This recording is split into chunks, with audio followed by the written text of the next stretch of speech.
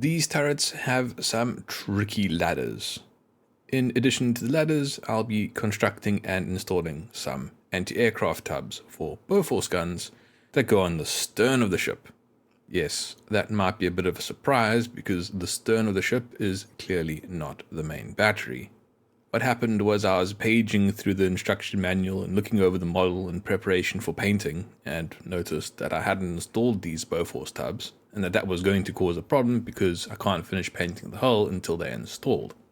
Being a small thing, I kind of just needed a video to add it onto, and well, this one is the one that was most appropriate, so you get to see me construct and install these Bofors tubs on the stern of the ship in this video.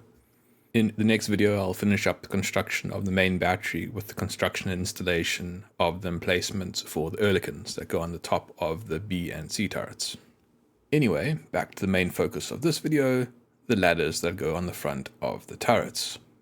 Each turret has 4 ladders that are placed around the guns, meaning we need a total of 12 ladders, and for some reason FlyHawk has provided 15.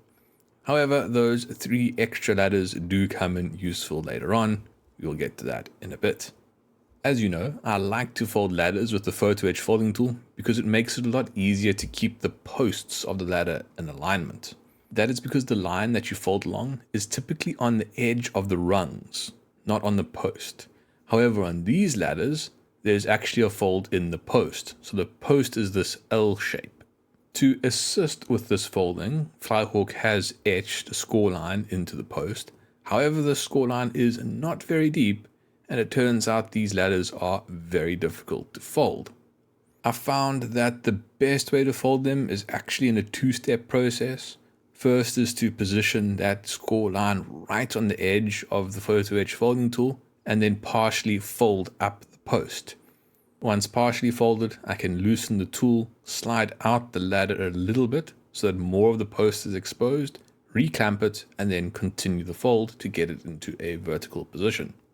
If I were to try and clamp these ladders such that I could do this fold in a single step, then it would fold on the lines for the rungs, which is obviously not what is required for these ladders.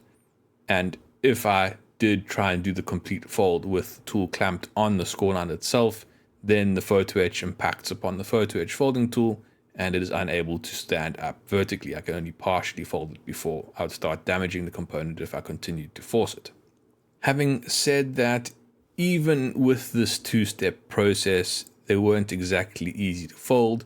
It did require very precise positioning of the ladders, and in a few cases I didn't get the ladders quite how I liked them, so that's why I ended up using the 3 extra ones. Essentially the idea was fold all of the ladders and choose the best 12 out of the 15.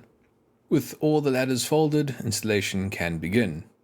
I start by clamping the turret in my miniature vise. This is just going to hold steady so I don't have to worry about it moving while I'm trying to install the photo etch, and then I place the photo etch roughly in the location where they need to be installed on the turret.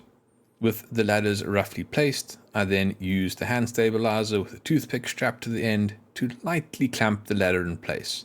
This is going to prevent the ladder from moving while I apply extra thin superglue to the posts. Also, having a little bit of pressure on the component means that I can position it a little bit more precisely, so I do a little bit more positioning while it's clamped in place. Once I am happy with how the ladder is positioned, I apply extra thin superglue to the base of the posts using a 0.5mm wire. That is the basic process. I just need to do this in total 12 times. Using this method for installing these ladders does make this go quite easily. During the whole process, I never find myself in the situation of feeling like I need a third hand. In fact, for most of the time, I have a hand free, which makes this process so much easier to deal with. After gluing down all of the posts, there's a little bit of excess superglue on the side of the turret, so I remove that using the circular sanding tool and then sandpaper to get into the corners where I couldn't quite reach with the sanding tool. Without the photo etch folding tool, the vise, this hand stabilizer with a toothpick strapped to the end of it, and my very trusty 0.5mm wire as my superglue applicator, I still haven't found a better tool for applying superglue than this piece of wire. And I've tried many superglue applicators, but they either pick up too much or too little super glue to work properly.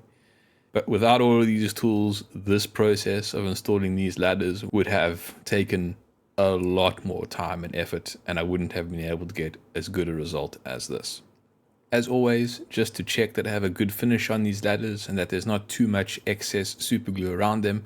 Although in this area I'm not overly concerned because blast bags will be inserted into these holes, which will cover up a lot of the surface, making it very difficult to see any excess super glue in this area.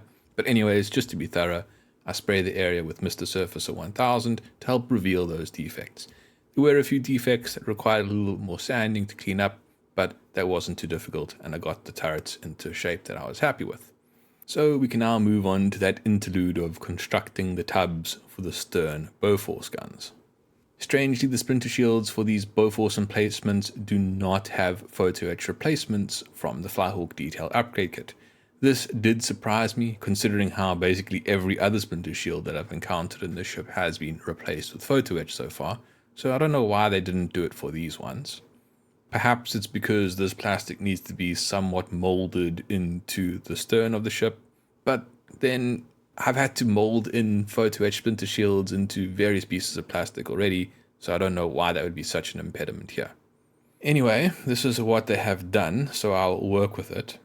The plastic components for the tubs come in two components. There's the circular plastic section with the splinter shield, and then a shaped piece that goes underneath the tub to blend in with the shape of the hull. After removing the plastic components from their sprue and removing the excess plastic, I bond the plastic components together using extra thin plastic cement.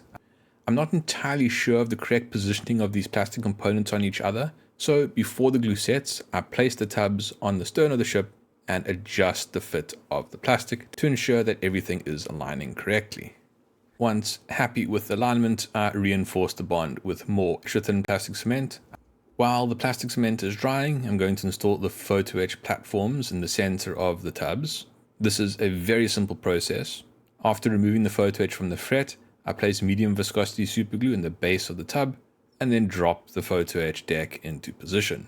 This piece of photo etch is well sized to the sides of the tub, which means I don't have to worry about positioning it. It'll just fall into the correct place. I just push it down to ensure good contact with the plastic. After letting the plastic cement dry for a bit longer, it is ready to be cleaned up. I use a file to remove the last of the excess plastic and then sandpaper to create a nice smooth finish. Since this is a curved piece of plastic, I don't think there's much point in me trying to use the 5mm rotary sander here, so I'm just going to sand it using a 400 grit sanding sponge. Sometimes the old way is still the best way. Before I actually install these tubs on the model, I want to check them for defects, so I do a quick spray with Mr. Surfacer 1000 and I'm happy with the results. To install the tubs on the model, I use extra thin plastic cement. I can use extra thin plastic cement on the sides because there is plastic to plastic contact. After letting the plastic cement dry for a short amount of time, I move on to filling the gaps. There are quite large and unfortunate gaps between the underside of these tubs and the hull, but this is fortunately very easy to correct with putty. After leaving the putty to dry for a few hours, it can then be removed. To remove the excess putty, I'm going to use the rotary sanding tool because it gives me the three things that I need for a scenario like this. I need to be very gentle, very precise, and I want this to go quickly. Three things that this tool has proven to be very good at providing. After little time and not much effort, I've removed the majority of the excess putty, with only a little bit left over that needs some manual touching up with sanding cloth. To be sure that I have a good finish on these components, I, of course, as always, spray the area with Mr. Surfacer 1000, and I'm very happy with the results. In the next video, I'll go back to the main battery where I will construct and install anti-aircraft emplacements for the Oerlikon guns. This construction will be reminiscent of the construction for the platforms on the superstructure.